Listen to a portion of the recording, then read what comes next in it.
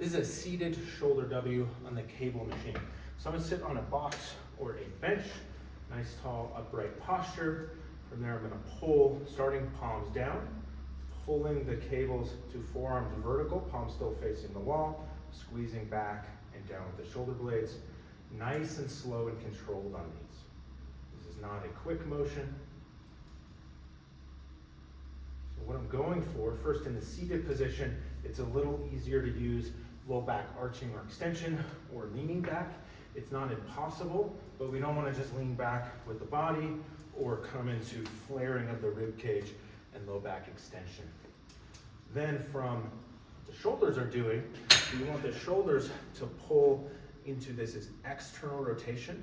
So my palm is going to be facing the wall.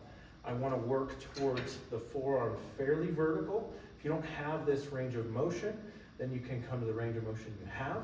And I want to do that without too much extension or flaring of the wrist. So I want everything to be nice in a straight line. On the arm bone, the humerus, that's going to be maybe just below 90 degrees because I want it to be drawing back with the bottom and middle of the shoulder blade rather than shrugging up. So most folks, the first couple of reps is they pull into their neck a bit. I think that's just a carryover. A lot of our positions in the 21st century tend to encourage us to shrug up a bit. And so we're trying to work against that and get a lot of space between the shoulder and the ear.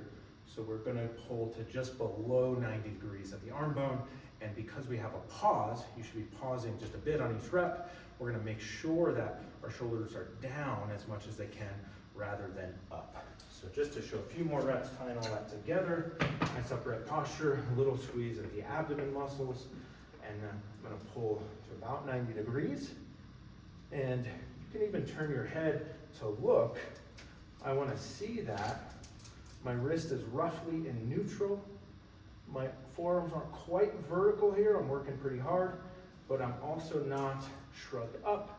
So shoulder blades are down and almost like thinking about bringing your elbows forward to the wall as you do that. So this is a challenging scapular and shoulder rotator cuff exercise. So start light. If you're between plates, we have these little green guys which can snap on to the top plate to give you an in-between weight there.